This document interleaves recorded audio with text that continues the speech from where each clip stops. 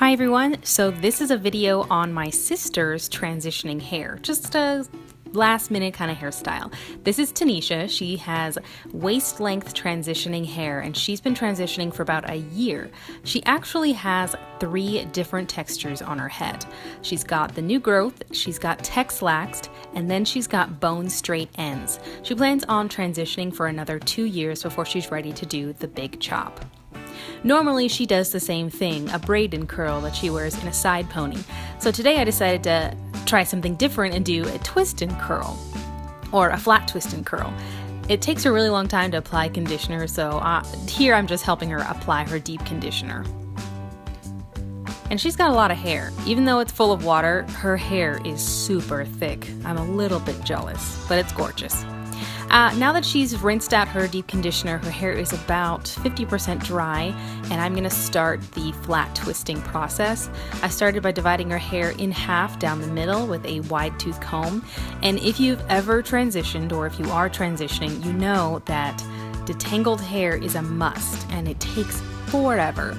But she's kind of a pro at it right now, and having such long hair already, it kind of helps with the detangling process. She says it's not a ton of work, and I believe her because the relaxed ends, they add so much weight that it's easier for her to detangle her hair. So once I've put those 2 sections aside, I'm going to comb through the section one more time with a wide tooth comb, and it's a little damp, so eventually I did spray it with water to make it a little easier to work with, but I didn't want to soak it because soaking wet transitioning hair is actually really hard to work with.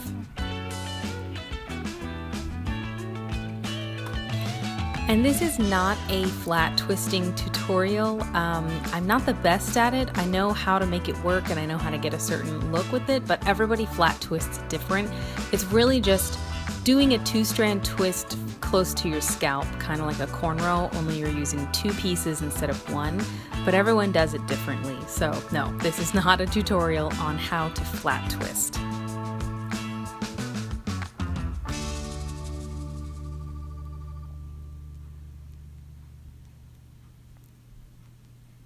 And I'm taking my time because 1, she has a lot of hair and she has long hair, and 2, I don't want to create any more unnecessary tangles.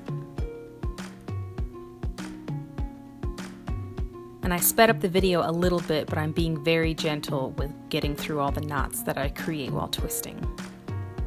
And that's key. When you're transitioning, you want to be gentle. If you want to hold on to your length, you want to be gentle with every step in your styling process.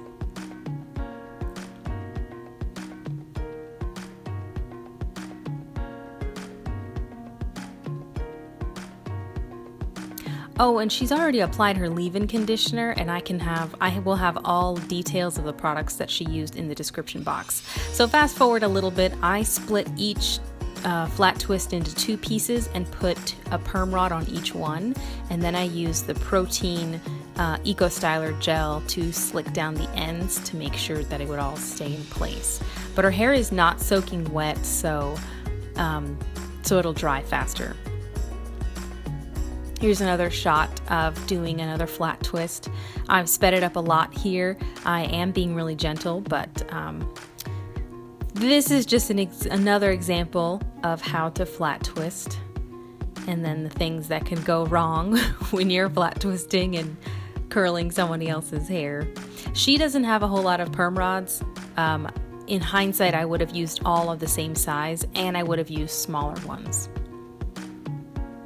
I'm adding a little bit of the Shea Moisture Coconut and Hibiscus Mousse to this section, and then I'm going to comb through it just to give it a little more hold, just because the leave-in conditioner alone doesn't provide a whole lot of hold.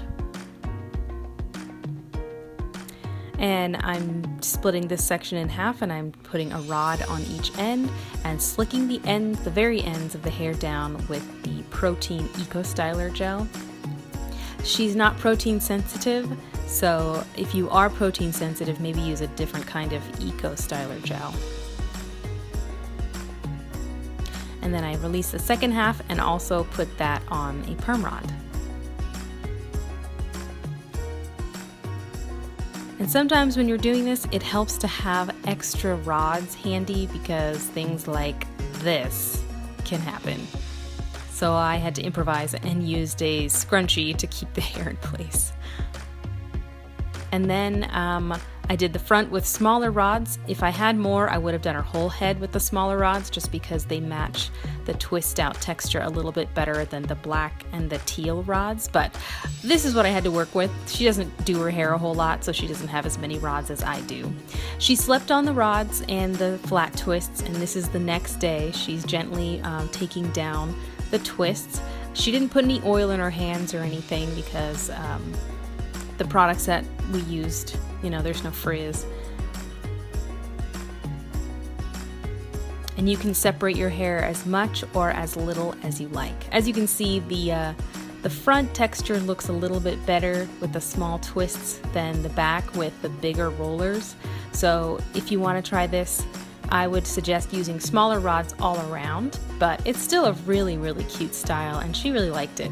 It didn't last very long though, because we ended up going to Kirchner Caverns, and it's really humid in there, and so it went flat by the end of the day. But it was a cute style for the morning. Anyway, thank you guys so much for watching this video. If you have any comments or questions, leave a comment below, like this video, and share with your friends. Until next time, bye!